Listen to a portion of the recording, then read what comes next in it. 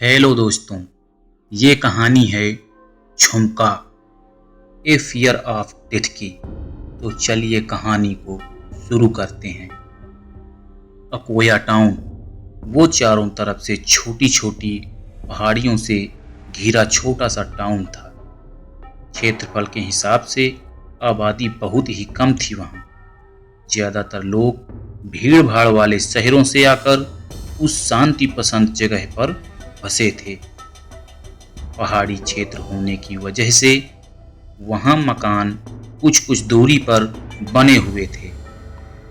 उन एकांत मकानों की तरह ही एक दूसरे से दूरियां रखे हुए उन शांति प्रिय लोगों ने उस टाउन को इतना शांत और वीरान बना रखा था। ये कहना गलत नहीं होगा कि वहाँ के कुछ घरों को छोड़कर ज़्यादातर घरों की इमारतें नई थीं और कुछ पर अभी भी निर्माण कार्य चल रहा था। आजकल पड़ रही कड़ाके की ठंड ने उस शहर को और वीरान और शांत बना रखा था। इक्का दुक्का लोग ही सड़कों पर आते जाते दिखते थे। इंस्पेक्टर अभय ठाकुर की इस शहर के थाने में नई नियुक्ति हुई थी। उसे इतनी शांत जगह कुछ खास पसंद नहीं आई थी। उसे यहाँ नियुक्त हुए कई दिन बीत चुके थे और अभी तक ऐसा कोई मामला थाने में नहीं आया था जो पुलिस के महकमे में हलचल पैदा करे। भला इतना भी क्या शांतिप्रिय रहना है लोगों को कि पुलिस का धंधा ही ठप पड़ जाए। उसने अंगड़ाई लेते हुए बोरियत से पुलिस चौकी में कदम रखा। सामने बैठा हवलदार मोबाइल में इतना गुम था कि उसे उसके आने की खबर तक नहीं लगी। इतने लेवल हुए 3205। सामने बैठे हवलदार ने बड़े ही शान से खीसे निपोरते हुए जवाब दिया और फिर मोबाइल से नजर उठाकर सामने देखा। सलाम साहब। वो हड़बड़ा कर उठा और सामने खड़े नवनियुक्त इंस्पेक्टर अभय को सलाम ठोका। अगर वक्त पर शादी की होती तो ये गेम आज तुम्हारे बच्चे खेल रहे होते, अभय ने मजाकिया अंदाज में कहा। लगता है साहब सुखचंद की जिंदगी में बीवी बच्चों का सुख नहीं लिखा भगवान ने। एक और हवलदार दीपचंद भाप उड़ाते गर्मा गर्म चाय के कप लाता हुआ बोला।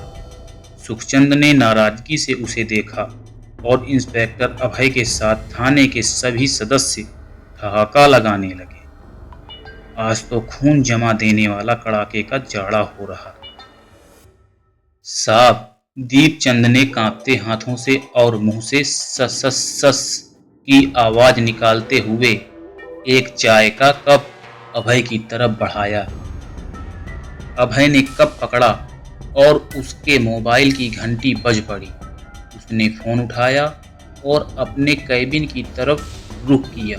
फोन से एक चहकती हुई आवाज आई, गुड मॉर्निंग सर। अभय ने भी बदले में उसी अंदाज में जवाब दिया। तो कैसा जा रहा सब? कुछ काम वाम है या नहीं करने को, या अपने स्टाफ के साथ बस कैंडी क्रश ही खेला जा रहा है? अभय ने चाय का एक घूंट भरा और हंस दिया। तुम बताओ, तुम्हारा ये काम वाम कब तक खत्म होगा और तुम कब तक आओगी यहाँ? पता नहीं।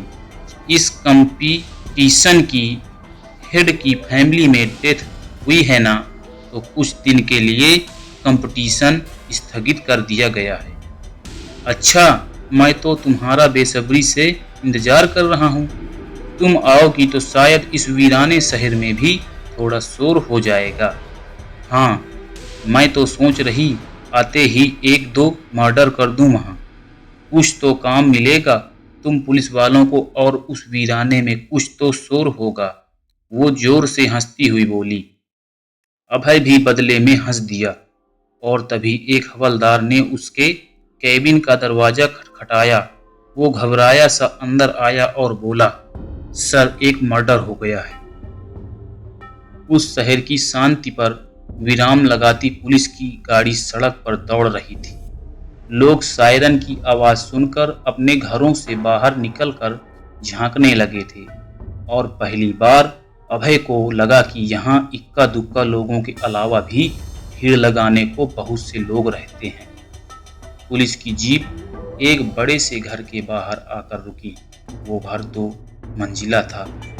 घर की इमारत बाकियों की तरह ही ज्यादा पुरानी नहीं थी। इंस्पेक्टर अभय ने अपने स्टाफ के साथ घर में कदम रखा। मुख्य गेट से होकर वो ड्राइंग हॉल में पहुंचे। वहां एक औरत एक युवक के कंधे पर सर रखे सुबक रही थी।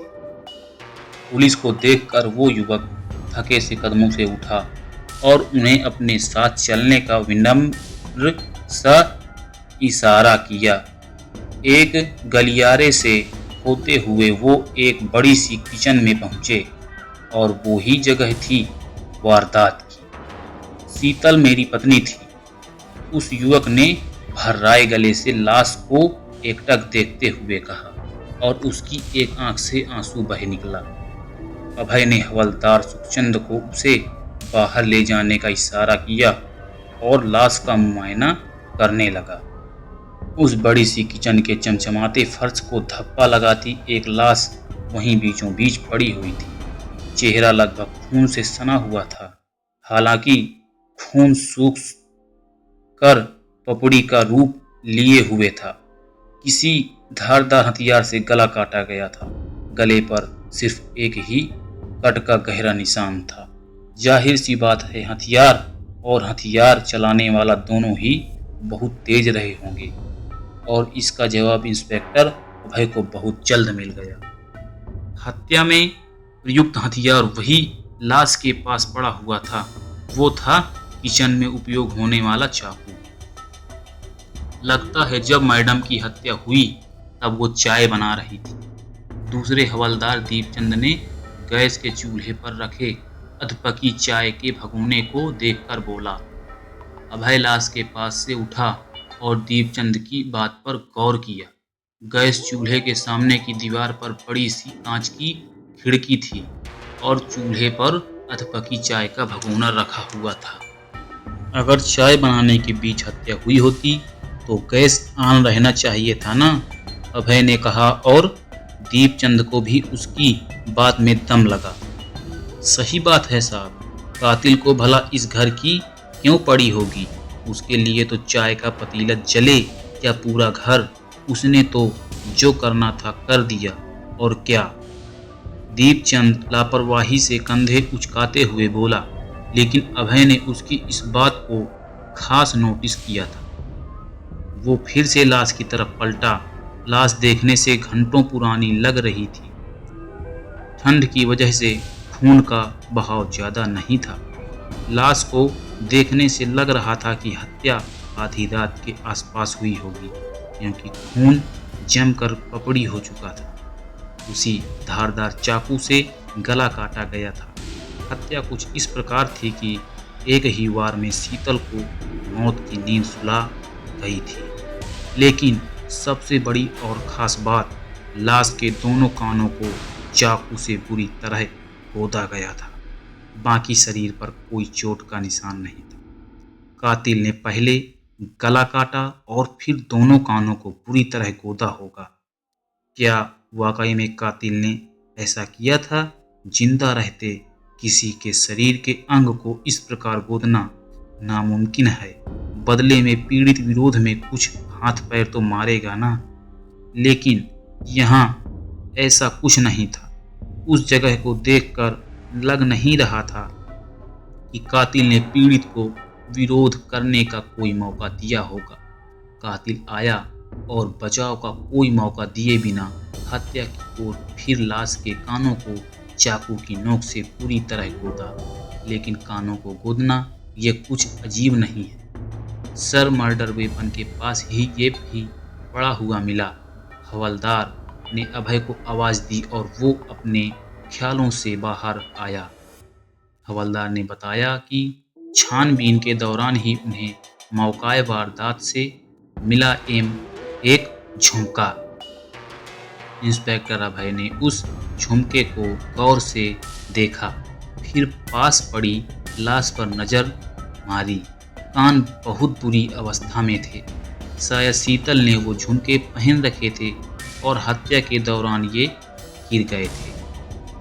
खैर, उस झुमके को भी एक पॉलीथीन में डाला गया। इंस्पेक्टर अभय ने मर्डर वेपन को भी एहतियात के साथ पॉलीथीन में डालने के इंस्ट्रक्शन दिए। जाहिर सी बात है उस पर कातिल की उंगलियों के निशान हो सकते थे। इंस्पेक्टर अभय के कदम मुआयना करते हुए किचन से निकलकर ड्राइंग रूम की तरफ बढ़े। सामने दीवार पर बहुत से फोटो फ्रेम टंगे हुए थे। अधिकतर फोटो शीतल और उसके पति विवेक के थे। कुछ तस्वीरें शीतल और विवेक की बहुत पुरानी भी लगी हुई थी, लगभग उनके स्कूली दिनों की तस्वीरें। कुछ फोटो विनर ट्रॉफी पकड़े ग्रुप की भी थी। इंस्पेक्टर अभय ने उसी ग्रुप के बीच में ट्रॉफी पकड़े खड़ी शीतल को साफ पहचाना। एक हंसता मुस्कुराता चेहरा जो अब खून से लथपथ किचन में बेजान पड़ा हुआ था। अभय ने ये सोचकर एक पल को आंखें मूंद लीं, वो आगे बढ़ चला। ड्राइंग रूम में हवलदार सुखचंद ने बताया कि सामने बैठे युवक का नाम विवेक सहाय है, खुद की कंस्ट्रक्शन कंपनी है, और वो महिला शीतल की खास है सरला देवी। शीतल की सास सरला देवी अभी भी सुबक रही थी। इंस्पेक्टर अभय के आते ही वो दोनों उठ खड़े हुए। अभय ने उन्हें बैठने का इशारा किया और खुद भी उनके सामने वाले सोफे पर बैठ गया। तो आप शीतल जी के पति हैं? जी, विवेक ने खोए से स्वर में जवाब दिया। उसके चेहरे पर अभी गहरे दुख और असंतोष के भाव थे। शीतल जी की हत्या आधी रात के आसपास हुई और आपने अब पुलिस को इन्फॉर्म किया। क्या आप हत्या की जानकारी देने के लिए भी सुबह होने का इंतजार कर रहे थे? हमारी फैमिली में कुछ दिनों पहले एक डेथ हुई थी। कल पंडित भोज था, इसलिए मम्मी वहीं गई हुई थी। विवेक नजरें झुकाए हुए था। ओह, और आप? दरअसल रात में मैं घर पर नहीं था। विवेक अभी भी नजरें झुकाए हुए था और अभय ने उसकी आवाज में थोड़ी झेप महसूस की थी। रात भर घर नहीं थे तो कहाँ थे आप? अभय ने आंखें सिकोड़ी। हमारी कंपनी को एक कपड़ा मिल गया, नया प्रोजेक्ट मिला है।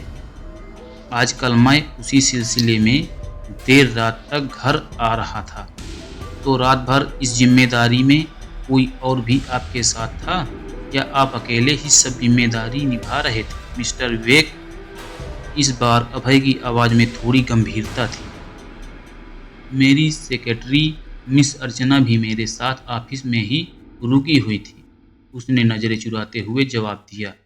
इस बार उसकी आवाज़ में पहले से ज़्यादा झेप और झिझक साफ महसूस की जा सकती थी। अभय इस पूछताछ को और आगे बढ़ाता, इससे पहले ही हवलदार सुखचंद का फ़ोन बज पड़ा।